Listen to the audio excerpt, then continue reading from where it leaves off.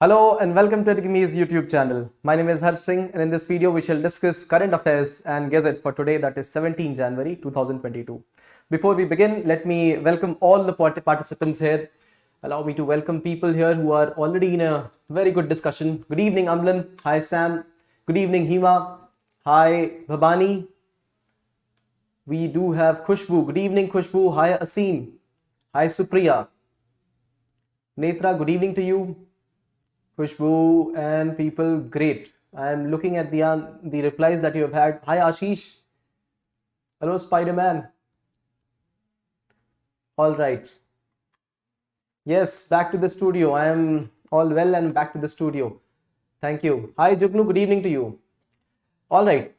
This discussion has been a very fruitful one as far as I see here. Because you people have largely mentioned the reasons because of which the street vendors are not facing a good time at their businesses. So largely a very good one. Amlan, I appreciate. Not organized, social benefits are low, underrepresentation in the economy, lack of credit. Yes, very good point, Khushbu. Lack of credit, and somebody mentioned CIBIL score. Yes, Supriya, very good. And stamp duty, debt trap, very good. Babani, I appreciate what you have written. Socialist exclusion. Uneducated point was countered by Asim, right? Because he says that people do not need education for the business.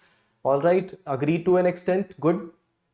No price management, lack of basic facilities like lighting, toilet, appreciable. Social security, what about digital inclusion? Another point there. Harassment by the government officials, that is also there. Extortion fees, absolutely, very good. Hima. Asim says municipality support and poor ill treatment, absolutely. All right, good, appreciate. So point pe point aapne diya hai, very nice. I am very happy with the points that you have put in a very short frame of time. What is now additionally required is, alongside the points, you also mention some data if you have. One data on unorganized or street vendors, or one particular report you mention alongside. This is important. And then the other aspect comes as if we know what is to be done, right? Ashmita, good evening to you, right? So, good evening all of you. Yes, see, Protection of Livelihood and Regulation of Street Vending Act 2014. All right, good. All right, appreciate your inputs here. So let's begin this conversation. We will discuss this in the feature news today, right? We'll discuss this in totality today. I appreciate your inputs here. Very good. So what do we have in the current affairs segment today? We have got very interesting articles to cover and some questions from previous sessions also that you people had raised. One by one, I'll keep picking all of them. So what do we have today? First, the three important updates are: one, India-Nepal border dispute. What is the cause? What is the solution? The second one is export of BrahMos missile finally initiated with the Philippines now. And the third one is mmWave banned in 5G auctions. There is some dispute regarding this. We'll understand each of them. And moving to this day in history dedicated to Martin Luther King Jr. No, this was not the day he was assassinated. This was also not the day he was born. Yes, he was born in the month of January. But yes, we have dedicated this day to him for a specific reason. We'll know why. Feature news on PM SVANidhi scheme, and we will understand in totality what are the issues that street vendors face, what are the features of this particular scheme, how we are trying to overcome the issues that these people face, right? Image of the day on Pandit Birju Maharaj. He passed away.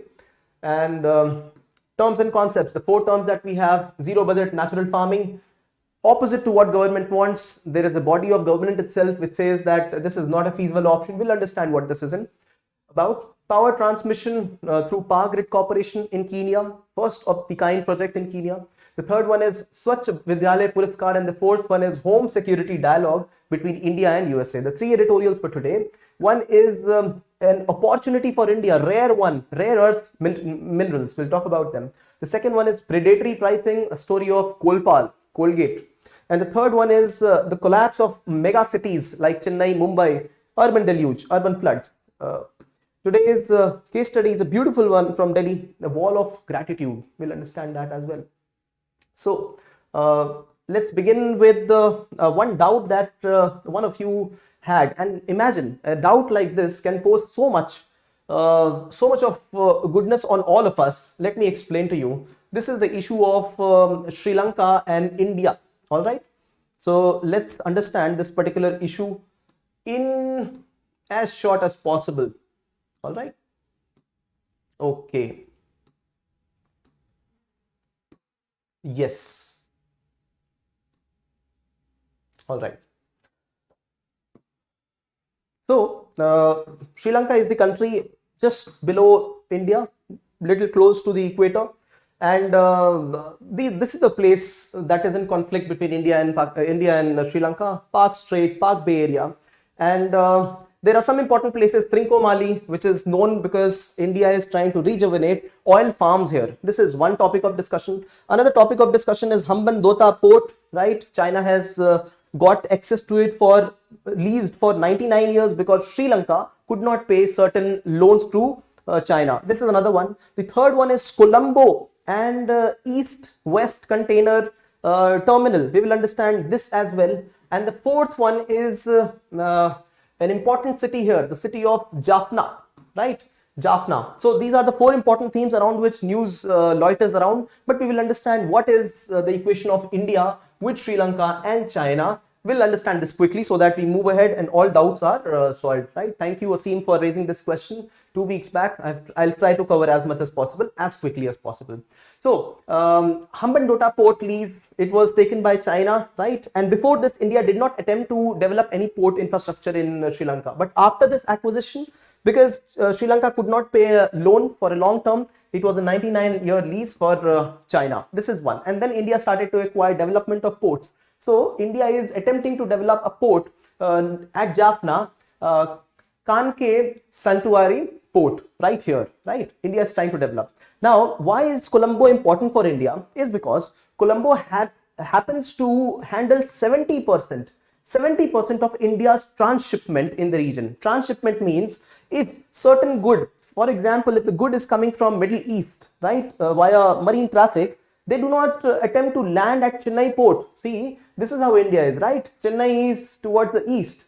They put the all the goods right here at Colombo, and they either go back or they go ahead. They go ahead, pass the Andaman Sea, and go to the Strait of Malacca and Singapore and so on and so forth. So they do not actually attempt to come to Chennai. And because of this place becomes very important because this is the intermediate place from where India does its rest of the trading activities. Transshipment port, yeah, right? Transshipment port. India does not have a transshipment port. India is trying to make one at Kochi in Kerala. And so Colombo has got a very good infrastructure. But only lately, Colombo International Container Terminal, the operation of this was awarded to who? To China. So China has got approval of 85% of operation of this Colombo International Container Terminal, right? Something which India is also at stake with, but it is China which handles this. So on the other hand, Colombo says, that means Sri Lanka says that we will also attempt to give India access to East Container port, right? East Container Terminal. This is also at Colombo, very, very close to China's port itself. Now, because of certain issues, this did not work out because of the locals saying that, foreign country people coming. So it didn't work out, and Sri Lanka unilaterally cancelled this just in 2021. It was proposed in 2019. Adani from India and Japan, they were to attempt this, to build this. And in this regard, Sri Lanka has come up with West Container Terminal again. It is also very close by. So what Sri Lanka is trying to do is to foster a competition between countries, India and Japan on one side and China on the other, giving them port capacities at Colombo itself, right? So for India and Japan to develop and for China to develop. So this is how they have attempted this. This is one aspect of it. Now India has got 2,500 year long relationship with Sri Lanka if you consider the cultural ties, Buddhism, right? And the population of Sri Lanka is divided such that around 75% of people living here are the Sinhalese community, largely Buddhist, and then we have 25% people amongst whom are Sri Lankan Tamils, Indian Tamils, and some other minority religion people also, right? So in around 1980s onwards, because the language of the Tamilians was different from the Sinhalese language, and similar issue of what happened in Pakistan, right? Based on the language, there were opposition because the majority tried to include only one national language over all the regions. The northern and the eastern regions were occupied by the Sri Lankan and Indian Tamils here, and they opposed it. So these people wanted, the people who are Tamilians, they wanted independence, more autonomy in their own territory, northern and eastern areas, and there was a civil war between them, 1980s to 2008 and 9, right? In between, we also had the December 2004 tsunami crisis. So Sri Lanka went through multiple crises, and it also did seek India's help multiple times. One, during the time when they had to fight the Tamil, the Tamil factionist. And remember, India also has a sizable Tamil population. So India had to tread very carefully. This also resulted in assassination of the ex-Prime Minister, Mr. Rajiv Gandhi. India, there was some diplomatic issue because of which the relations were not very strong with India. Sri Lanka also asked for weaponry from India. India did not provide, but who provided? China provided. They provided them fighter planes. They provided them heavy machine guns, HMGs. So very, very powerful weapons were provided. In 2005-2004 floods, India came to rescue. So did China. So somehow Sri Lanka did tide over these issues, but this country is at a very, very commercial and strategic position as far as trade is concerned, right? So when you see, the Sri Lanka is not a trading nation in itself, but it is placed very strategically. If you see the kind of trade that India and Sri Lanka have, this is hardly 3-4 billions, right? And most of it is imports to Sri Lanka. That means good for India. And if you imagine that trade of China would be far better than what India has, no. In fact, in case of China also, China has huge investments in Sri Lanka, but trading is again very less. Majorly imports from China. So the economy of Sri Lanka largely, it means, is faltering these times, right? So this is one part of it. The other part of it is that a question was raised that the credit rating by Fitch of Sri Lanka was CC, and somebody mentioned that India's credit rating is also in B's. So both of them are, at the similar juncture. That's not true. If you look at this chart, CC is almost close to D. D is default level. D is default level because Fitch has rated all the countries in its own, understanding of what is the debt, what is the kind of, foreign exchange reserves these countries have. Sri Lanka hardly has 1.5 billion of foreign exchange reserves. And if it is not able to repay the money back to the companies or people who had purchased Sri Lankan government bonds, right? So the rating agency will be forced to declare the level D for Sri Lanka. But if you consider a country like India, India is, if you Google right now, India is at BBB minus level of the credit rating, and it is far from going into the levels of C and D. So this is how the difference is. The main difference here is in the kind of debt to GDP ratio of Sri Lanka. Debt to GDP ratio of Sri Lanka is almost 110%. उधारी इतनी ज्यादा है कि एक साल में जितना country ने बनाया तब भी जाके they will not be able to give back the debts. 110% of the whole economy is the debt, and external debt is 60%. Check India's debt. India's debt is 80 to 90% of GDP, out of which internal debt is maximum. External debt is very less. So बाहर से कोई हिला नहीं सकता Indian economy को. Sri Lanka can be done, right? This is the reason that Sri Lanka is in crisis right now. It has requested for currency swap. It has requested for emergency line of credit from India. It has requested for debt freeze. कि अभी please don't ask me for the loan back, and please don't ask for the interest also. We will pay later.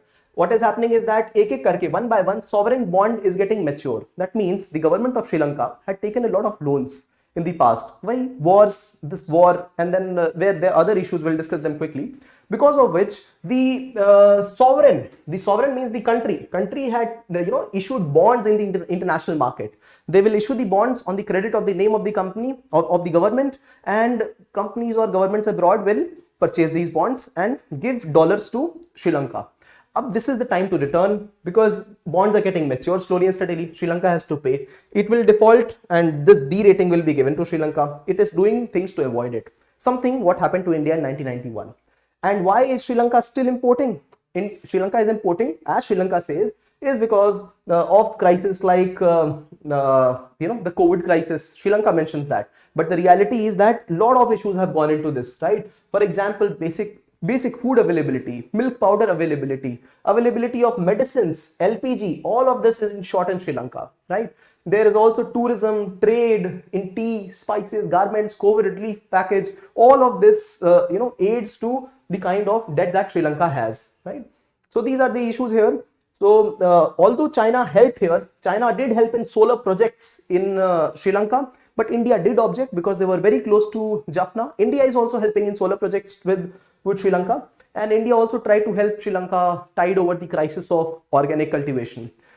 India said that, all right, if you want organic cultivation, less chemical imports to your country, fine, we will give you nano nitrogen liquid, right? But again, Sri Lanka could not handle all this. So this is the kind of relationship that India, China and Sri Lanka have. There's one more important thing that you should look at while the relationship is concerned. That is the rice. This is a good term to understand. The rubber rice pact. This is the 1952 pact, which has been rejuvenated between China and Sri Lanka again. Sri Lanka has excessive rubber cultivation and it is going through food crisis. China has got decent amount of rice production. China also needs rubber. So this is a very old pact because of those times, because of 1950s, 60s and 70s, Vietnam War, the Cold War relationships. China was not given rubber by many countries like Malaysia, like Indonesia that time. And Sri Lanka was also going through crisis because of the international issues in Southeast Asia region.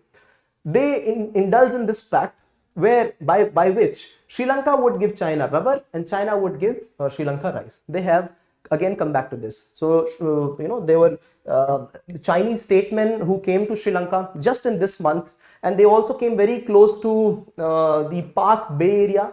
They came to Jaffna area, and they also said, they came to Ram Setu and all. So this was a big statement made by China in regard to a certain country. No third country will be participating in the relation between India and Sri Lanka. So this is the complete issue.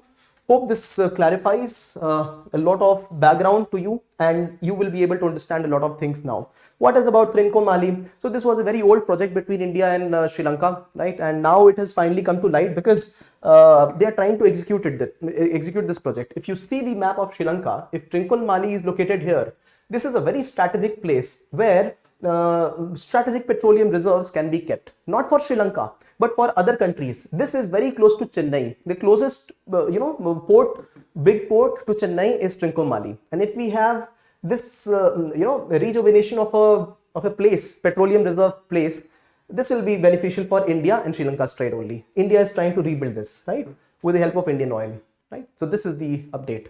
All right, so quickly questions. All right.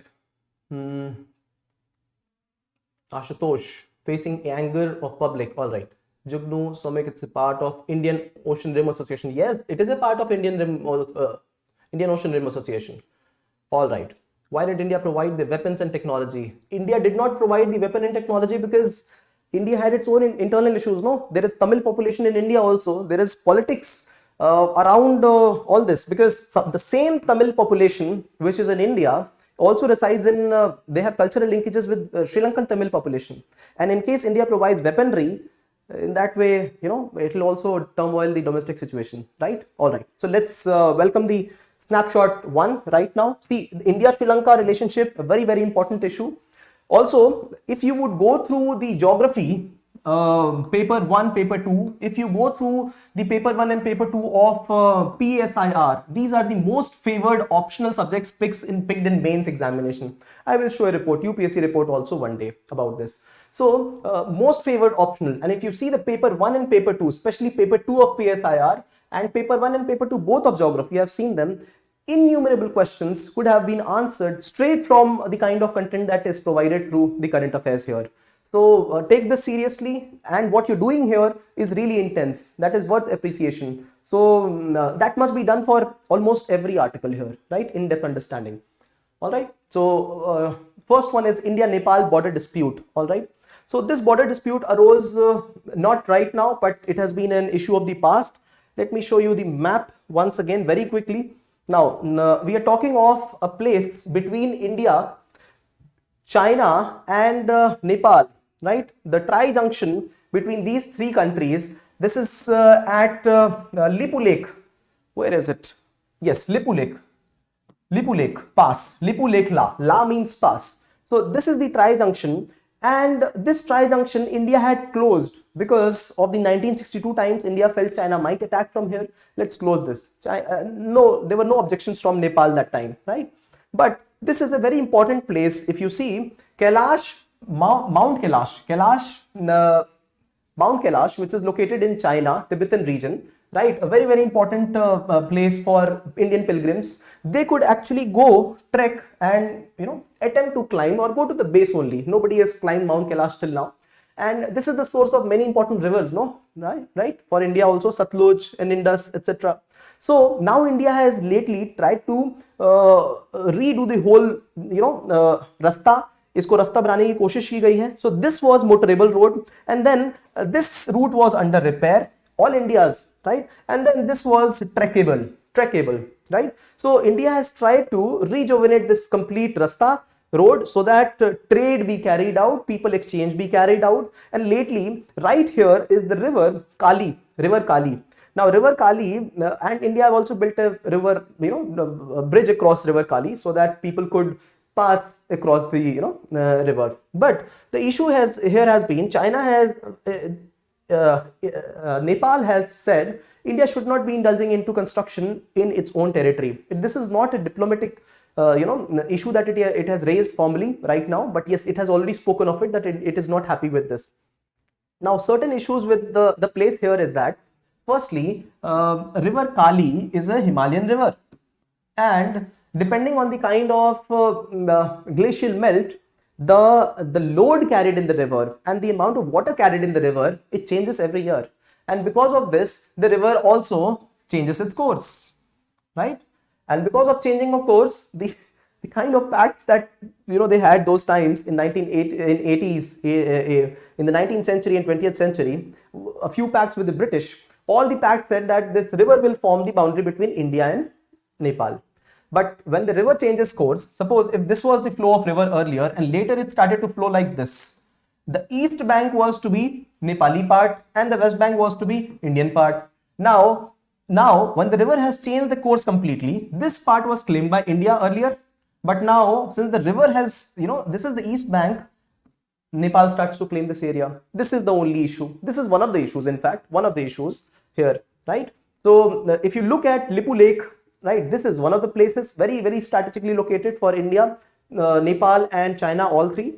And although China claims this, right? And the second one is Kalapani. This is an area between, this is an Indian territory, but again, Nepal also claims it on the basis of its previous treaties, right? So this is the issue which has come up lately again, because India tried to rebuild the roads there, right? So Treaty of Sugauli. Treaty of Sugauli was a treaty which was between the Britishers on Indian side and the Nepali rulers. And according to them, the Nepalis claim that those certain areas belong to them. There were certain areas which were gifted by the Britishers when they left India, right? And Nepal starts to claim them. But India has already occupied it. Indo-Tibetan Border Police is the one which is the one handling those areas.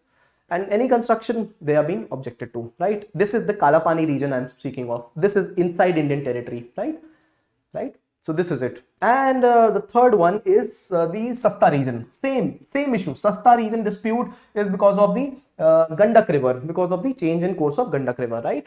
So do remember these places. That is all it is, right? So what should India and Nepal do? They should try to amicably resolve an issue like this because they are very friendly neighbors. There is movement of people across the border, seamless movement. There is good amount of trade. Why to restrain themselves because of these border issues? All right. Okay, people to people relationships, dispute, demarcating of the boundaries, right? All right. Second snapshot is on BrahMos missile export by India. Now, India had already had this pact with Philippines to export these missiles. The pricing of this missile, can you guess the price of this missile? One missile would cost how much? BrahMos?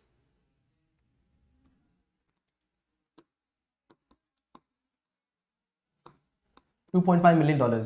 So 8 to the 16, 20 crores. 20 crore का एक missile. BrahMos missile has been created around the first, this was around 2000 that India and Russia, both of them indulged in creation of BrahMos missile.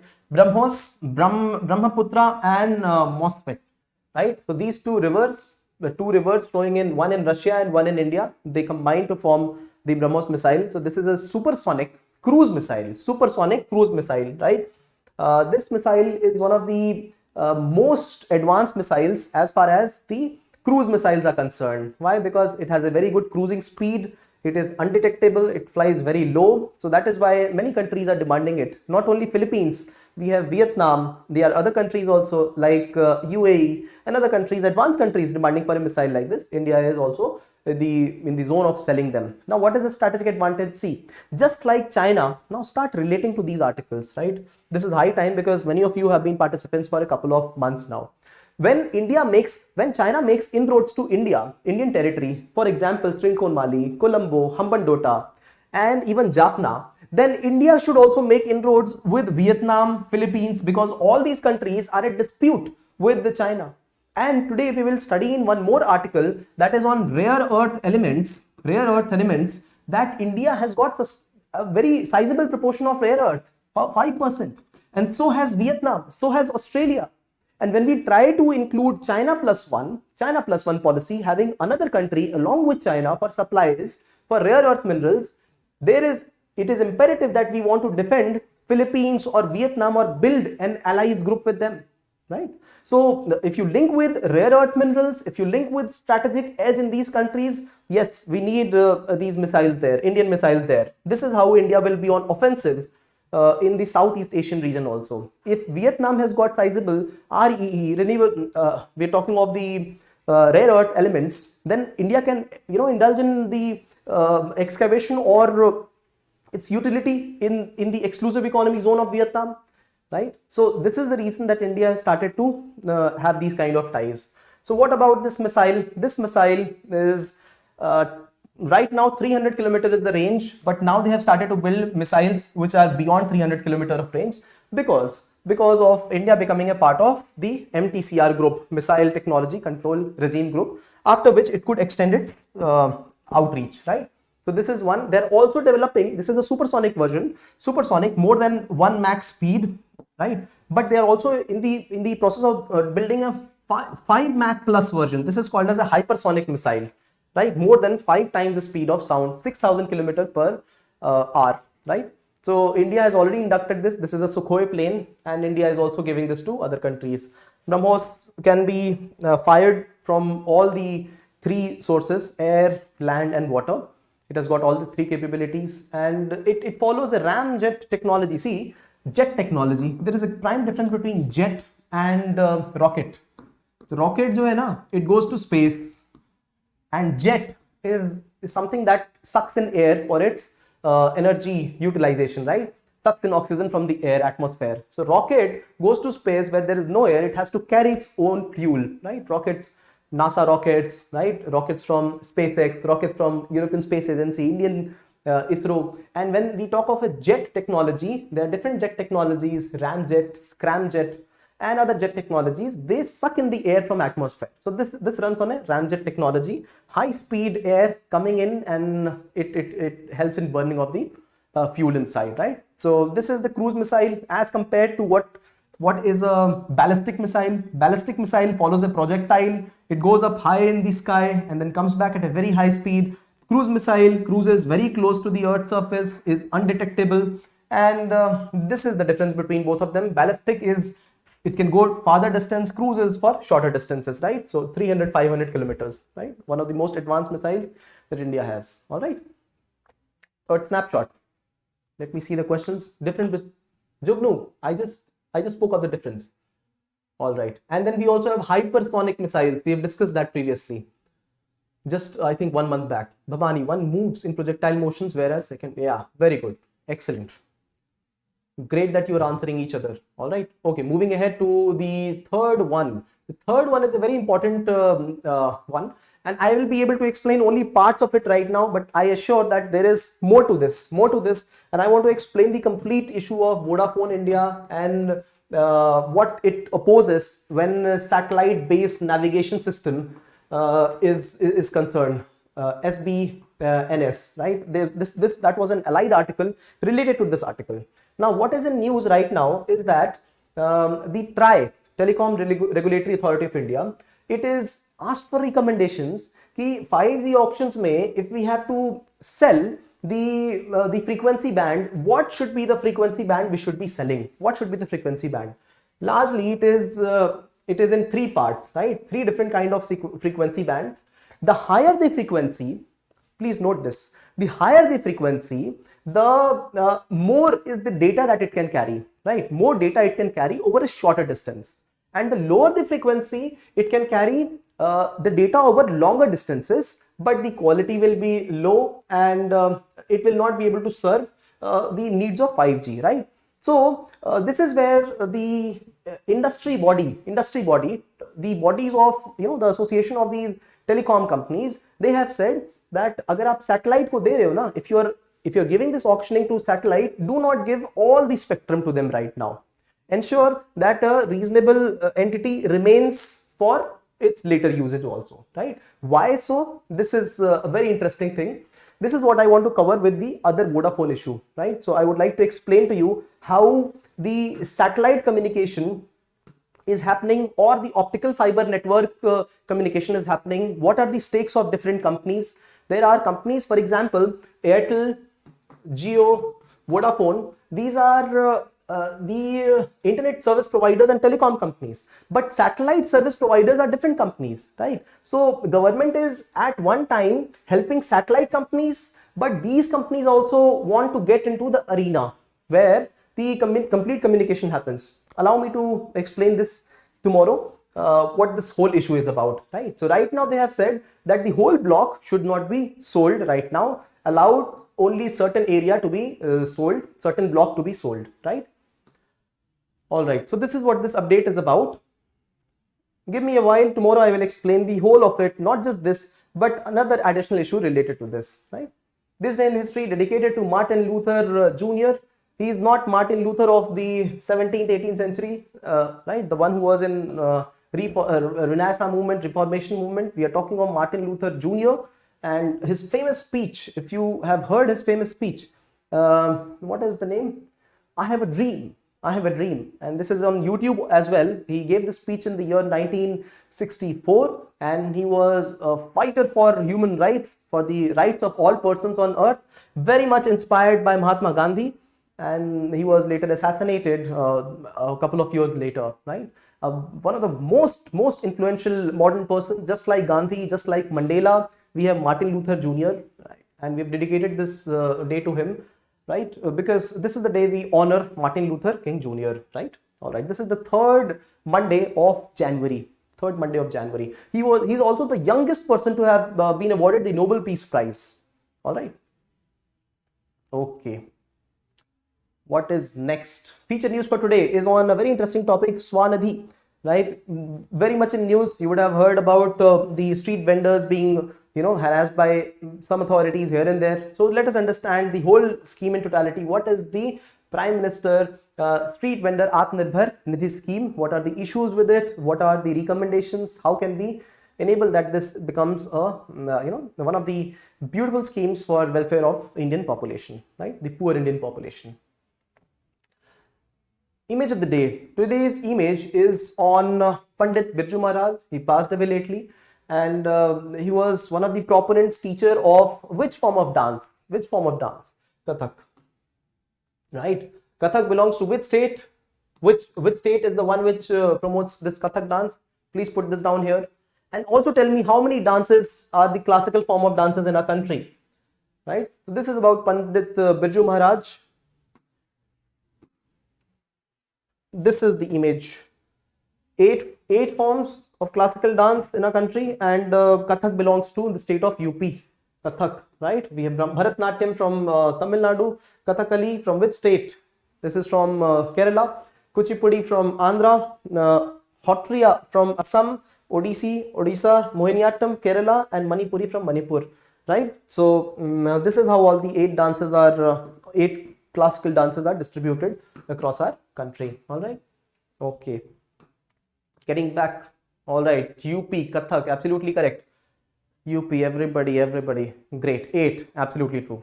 So terms for today is, let me see if there are some questions here. Very good, all of you. One moves in projectile motion. All right. So India is the 4th country to test hypersonic after. Yes, India is one of the few countries which has tested the hypersonic missiles. Somik says ramjet, scramjet are called air breathing engine. That's why it cannot be used in space. Yes, absolutely true. Right. That's the difference between a jet and a rocket, Somik. Absolutely. Now, this is something that I would like to explain as quickly as possible, but will need some time. Zero budget natural farming. It has been news lately because although Prime Minister has said everywhere, even in there was lately we had had the UN Convention on Combating of Desertification. This was the 14th or 15th summit. Which was it? 14th or 15th summit. Prime Minister spoke that India will be utilizing zero budget natural farming technique, right? The finance minister, other ministers, they have re-emphasized on zero budget natural farming. On the other hand, an expert committee from our Indian scientific community itself, National Academy of Agricultural Sciences, they have said that this is not feasible. They have written a letter to the Prime Minister. So let us quickly understand both the sides of zero budget natural farming. What are they? All right. So getting to this particular news, very interesting one. You look at this particular image. This is an image of a field which is under zero budget natural farming. What they have done is that they are cultivating this area here. There are a lot of people understanding what is happening, water around this area, and then trees also planted around it, right? This could also be organic farming. This could be chemical farming as well. But let us understand what specifically is zero budget natural farming about, right?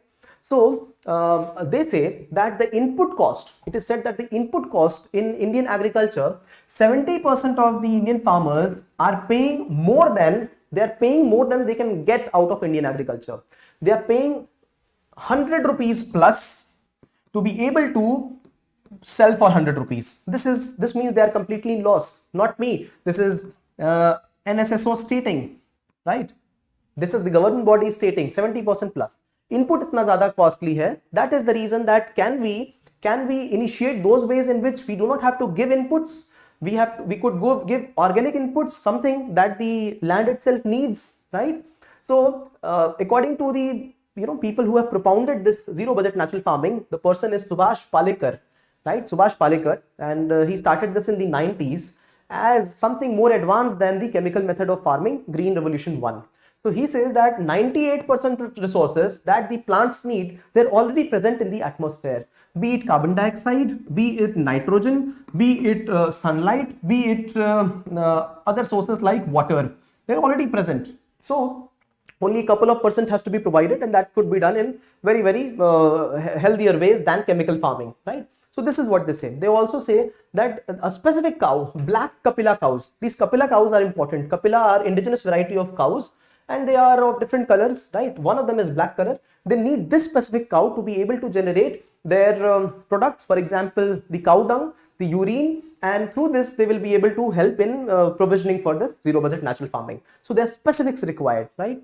So I'll come back to this, right? And they say that only traditional varieties of seed has to be used, right? So opposition to this is that the scientists are saying if you are again getting back to traditional varieties of seed for production, what about the raise production that we have had? 8 times raise in the production of wheat before Green Revolution 1 and post. 3 times more in the production of paddy, rice. This has happened only through high yielding varieties. And if you are getting back to the older varieties, traditional varieties, then this productivity level will never be achieved, right? So big contention when we speak of a specific cow, the traditional varieties, right? So these are the major contentions. The scientists have clearly written that we are going to play with the food security of the country, self-sufficiency of the country, which was already achieved if we get into these techniques. Examples are state of Sikkim, where the returns have already started to plateau and decrease. A country like Sri Lanka, where organic is what they tried. but it is not working. You have just seen in this video itself.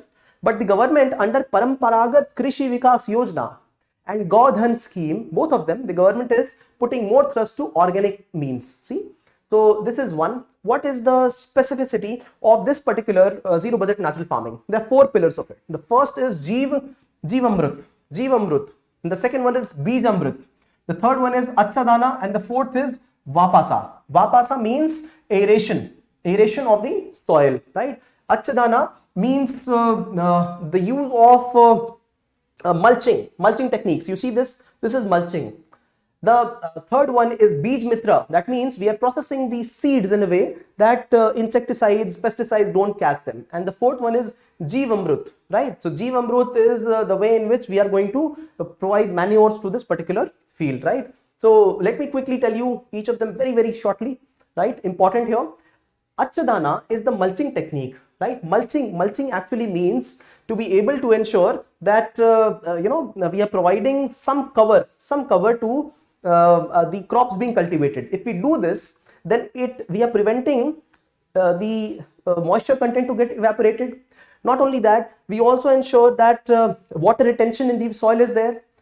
We also ensure many other things. For example, the microclimate retains itself. Weeding is less, because if we are putting mulching, right, the dry grass or hay, stacks, if we put it here, right, something that we burn, if we put it here, so it ensures that there is less sunlight for the weeds to grow, right? It also prevents erosion. बारिश हो रही है, erosion prevent करेगा. अगर बहुत धूप लग रही है, तो moisture retain करेगा, weeds को grow नहीं करने का. This is a very good technique, right? And in Vapasa, there are various ways in which we want that soil aeration is maintained. हवा पानी आते रहे. In Bij Mitra, we are trying to process these seeds. The seeds are processed with neem, right? Neem, with chili, with the other inputs like jaggery, so that the seeds do not catch some pest or insects, right? And Jeevamrut, what are we doing? The old cow urine and fresh dung is mixed with jaggery and water, and then this is spread over the field. So this increases the productivity. These are the requirements, and the scientists who are proponents of this, they say that we don't need any other output. But it is being said that states which have adopted this, for example, Telangana, we have Chhattisgarh, Himachal Pradesh. Now there it is being said that it is like it's like a gamble. This is what is being said, and that is why so much of ruckus around this. Ab nahi bhuloge aap. If you remember all these 4 and why they are used, mulching is done in 2 ways. One is the organic mulching, in which the organic products, dry leaves or hay, right, whatever we burn, stubble, all that is placed here. And the other one is the mulching that is utilized through the help of the artificial products as well. For example, plastics, right? Mulching actually means soft and beginning to decay matter, right? Okay.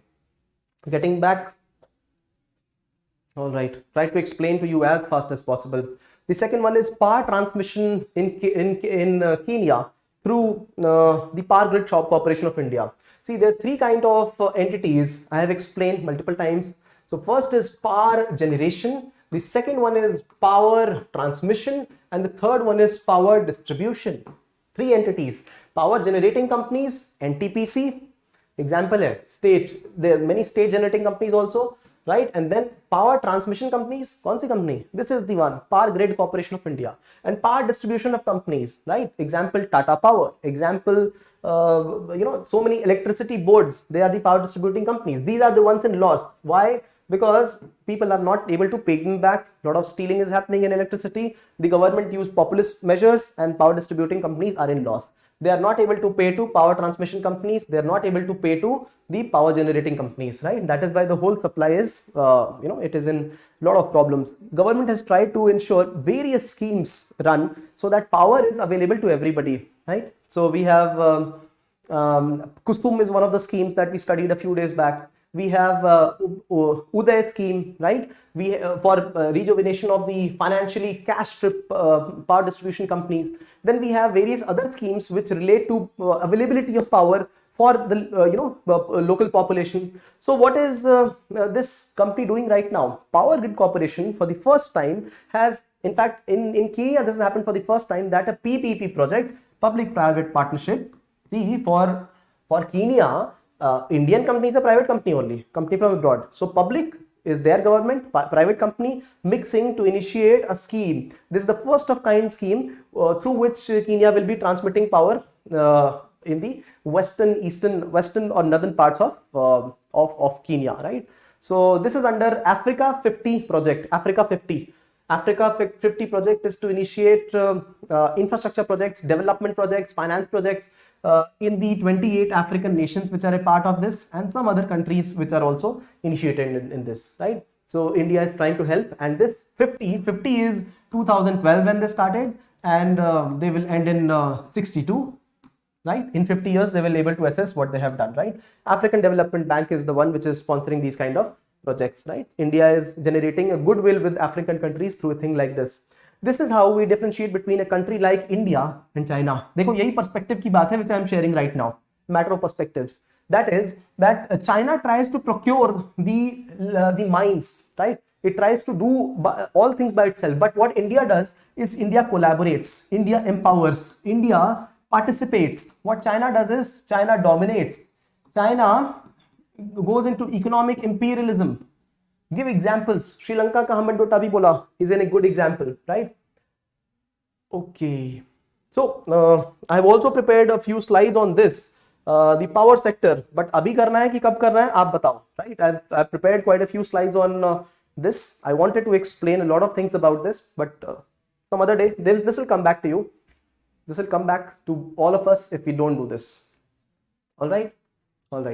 So, all right. You guys say 15. All right. 14 or 15. Somik says, but sir, natural farming leads to less production in Sri Lanka. True. Led to massive reduction in crop, which backfired Sri Lanka. Yes, Somik. This is the reason that India needs to tread this path very carefully. There is a difference between the natural farming. There's a difference between chemical farming, organic farming, and zero budget natural farming. This is understanding the difference is the key. If we are using those kind of entities, for example, if we use cow urine, if we use cow dung, is it bad or not? No, it is not bad. It can become an organic means of organic farming. We know that. But if we are solely getting dependent on the indigenous varieties of seeds, then this is playing with the food security of the country. If we are developing mulching techniques, is it good or bad? It is good, because mulching is aiding in many ways. It can become a part of organic farming also. So the techniques are good, but switching completely to zero-based natural farming by shunning the exclusive good varieties, high-yielding varieties of seed, and depending on only policies which encourage ZBNF, this is dangerous, right? So chemicals है तो कम करना ही है. This is what we have to reduce. We can switch slowly and steadily to organic as much as possible. Not middle path. Middle path is the key. इसीलिए ये debate है. All right. Okay. So let me see. Ashutosh says best alternative of parali burning. Yes, parali. I hope you understand what Ashutosh means. Plastic mulches also. Yes, good. Swabhagya scheme, Khushbu. Very good. See, this is what I would like you to do, to remember the schemes one by one, right? So now let me show you this particular part only, right? This is about the 4 important schemes, right? Swabhagya scheme for 100% electrification of the rural countryside, right? For willing households earlier, and बाद में बोला government ने कि नहीं सबके लिए करेंगे. We will do it for everybody. We will charge them 500 rupees initially, but it will be later giving back to them when their bill comes, right? So this will be later adjusted in the bill. Then integrated power development scheme. This is for the complete integrated development of the power sector through metering systems, IT enablement, sub transmission. What is sub transmission? अब यहाँ पे एक 32,000 volt का the power cable is there, right? These are the power grid companies, right? So ensuring that this is passed on to a lower capacity transformers For example, 11,000 transformer, 11,000 volt transformer, and after that to 440 volt transformers, multiple 440 volt transformers, and then 220 volt transformers. This is called as sub-transmission. If we have more sub-transmission, the power will be generated and distributed to many stakeholders, right? So we want more of infrastructure through integrated power development scheme. We also have Deen Dayal Upadhyay Gram Jyoti Yojana. Gram Jyoti, rural areas. So idea was to ensure that agriculture and non-agriculture feeders, they be segregated. Why? Agriculture में government power माफ कर देती है, non-agricultural but rural use power लेना है, we have to price them, right? More sub-transmission there and increase in distribution infrastructure, right? And we also have another scheme, Ujjwal Uday scheme, Ujjwal Discom Assurance Yojana.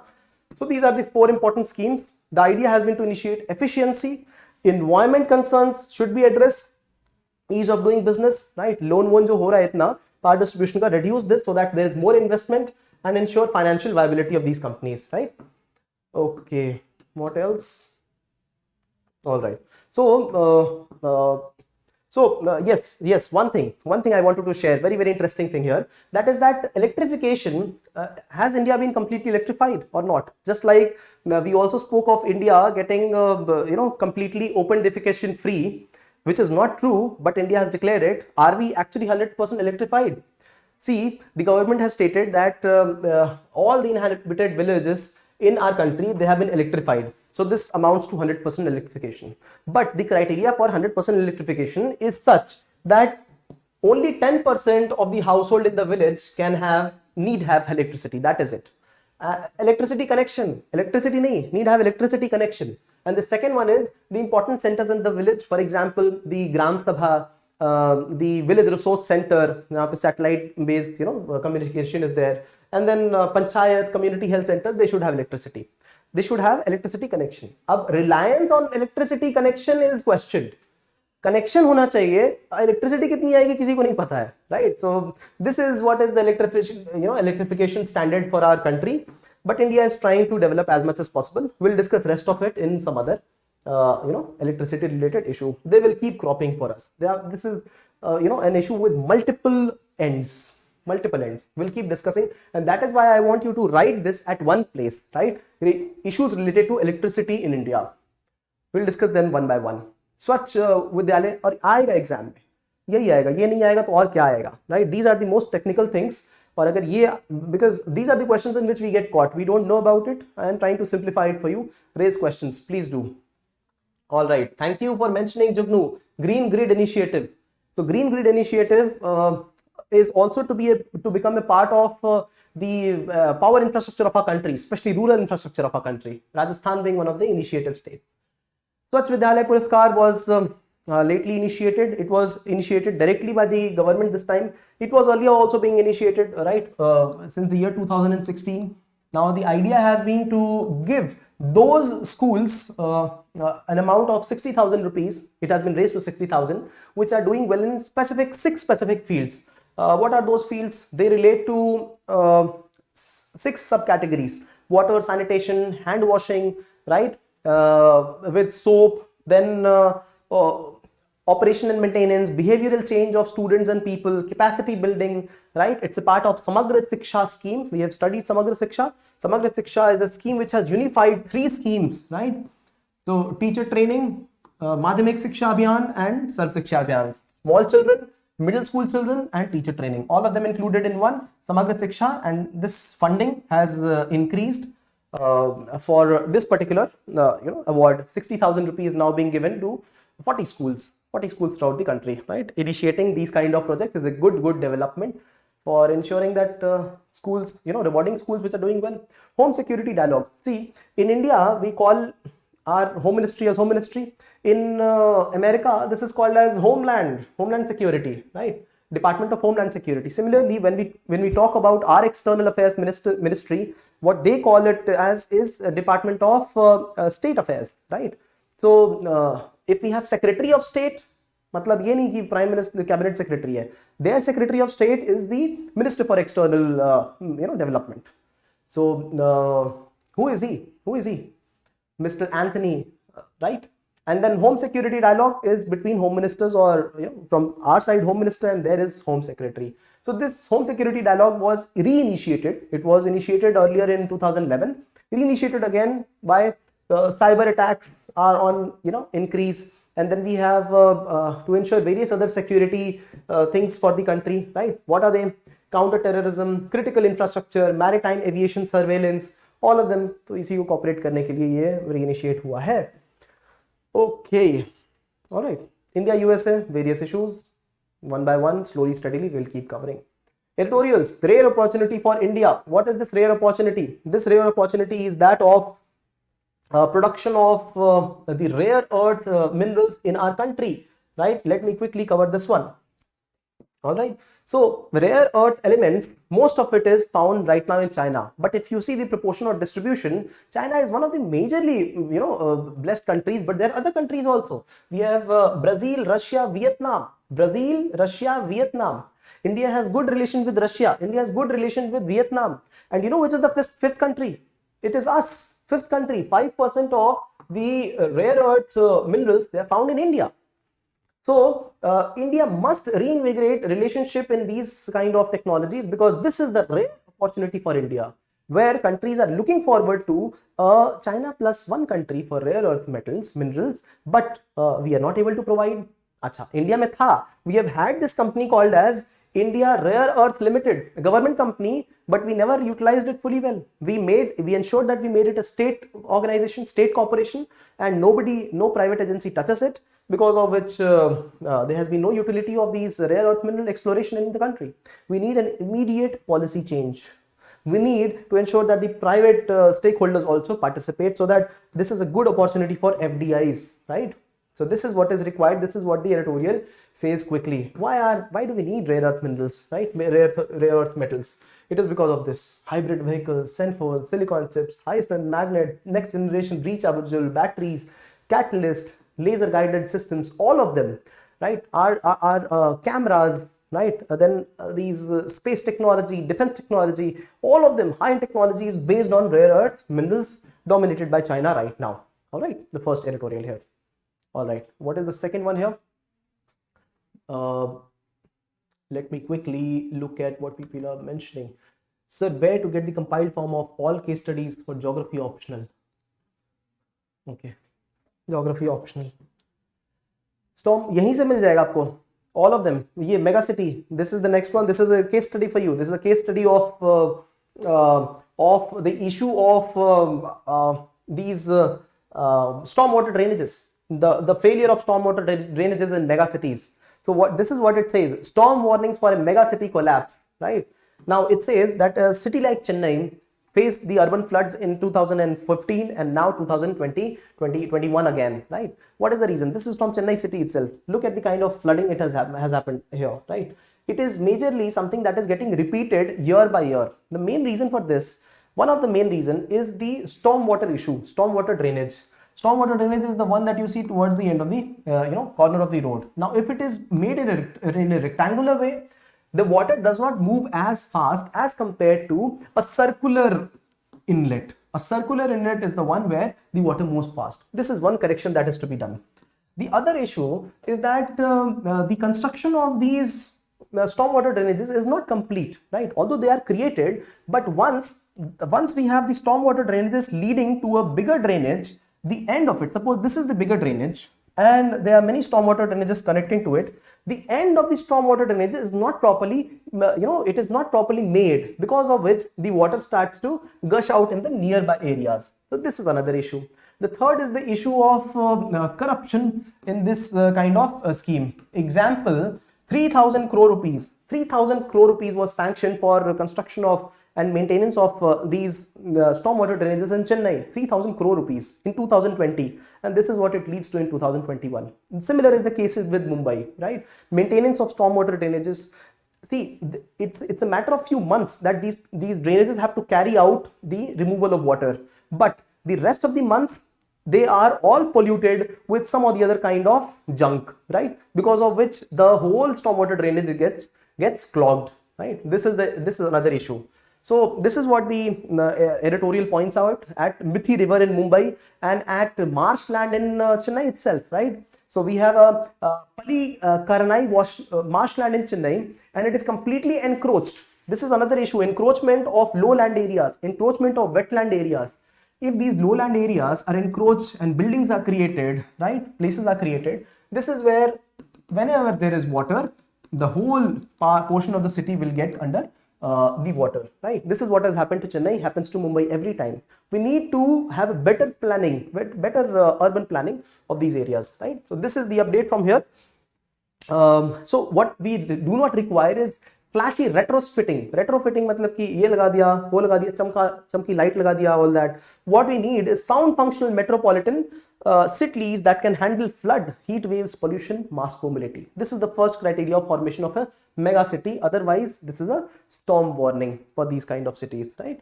So this has become a case for you, my dear. This is a case for you. हर रोज आपको दो तीन case मिल जाएंगे if you know how to pick them up, right? And the third one is on predatory pricing of certain goods in the country. What is happening here is that this is the example of Colgate Palmolive company. Have you heard of this? Colgate use करते हैं ना toothbrush. So this Colgate company, what it has done is that it has partnered with B2B partners, business to business partners, that rather than business to retail partners. It has partnered with companies like JioMart, like Udaan, if you have heard, one of these startups, unicorn startups in the country, very, very fastly growing. So these big startups or JioMart, they have funding from USA, right? Pension funds aate hain wahan se and all, and they are very stable funds for India. What is the idea? The idea that Colpal has is that if we digitize this technology, we will be able to save money from intermediaries. अभी क्या होता है कि Colpal it supplies its goods, Colgate, its products, right? Many Palmolive products, it supplies to intermediaries who later go to retailers and then they sell it. So these people also gain some money. A good example is provided in the editorial itself. 55 rupees ka if we purchase, 45 rupees ka this is passed on to the retailers, and 40 rupees ka it is passed on to the distributors. So Colpal is here. It has suppose made the toothpaste for 35 rupees, passed on to distributor for 40, passed on to the retailer for 45, and 55 it is sold to us. So what it is trying to do is that it is trying to sell this directly to JioMart. Example, it's trying to sell directly to Udaan, business to business clients. In this, it is saving money. All right, it is good for the clients and customers, but alongside it is also using technology. Although it is good, but this is predatory pricing. Why? Because it is selling at extra low prices, even taking in huge setbacks, huge losses. Udaan has already, it is a startup, it is already in a loss of 5,000 crore rupees because of these kind of issues. This is what is called as predatory pricing, going beyond technology issues, but trying to ensure that we are undercutting मतलब कि दूसरे businesses से भी हम सस्ता बेचेंगे जानबूझकर loss में भी आकर, because we want to gain the edge for the longer run. So this is not acceptable. This is what the editorial points at. All right, predatory pricing and anti-competitive practices which should be shunned. So this is the reason that in Maharashtra, in certain districts, Colgate Palmolive, it was completely its distribution was banned and there was a issue. So this is the update from here. If you like this initiative, do share some love through likes, comments and shares, right? So let's get on to the last article for today, and this is on a very interesting case of the wall of gratitude. This wall of gratitude has been initiated in Delhi with the help of Delhi government. What is it? See, a lot of us are able and can help others, and quite a few of us are in need of help, right? Need of urgent help, as simple as clothing, as simple as footwear, right? During the season of winters. So if we have some extra clothes and if we donate them through these act of kindness, through wall of kindness, what happens is simply that the people who are needy, they do not have to, they will also be able to maintain some dignity for themselves and will be able to take the products anonymously, right? So rather than straight begging, they will be able to have some dignity for themselves, and we will also be able to help. Now this is a higher level of spiritual growth if we participate in an activity like this, right? So beautiful initiative by the people in Delhi and the government of Delhi. right? This is the next level of emotional intelligence and awareness. Great, very good. And today's quote also is really beautiful. The test of our progress is not whether we add more to the abundance of those who have, but whether we are able to add enough for those who have little. जिनके पास नहीं है उनको दें. So this is the progress than the progress that is being made for those who have already have. Another example, the test of the progress of our generation will be not to ensure that everybody gets a vehicle to drive, but to ensure that everybody starts to walk, right? So this is a thought-provoking idea, right? Just a thought-provoking idea. This is not to, revolutionize anything here.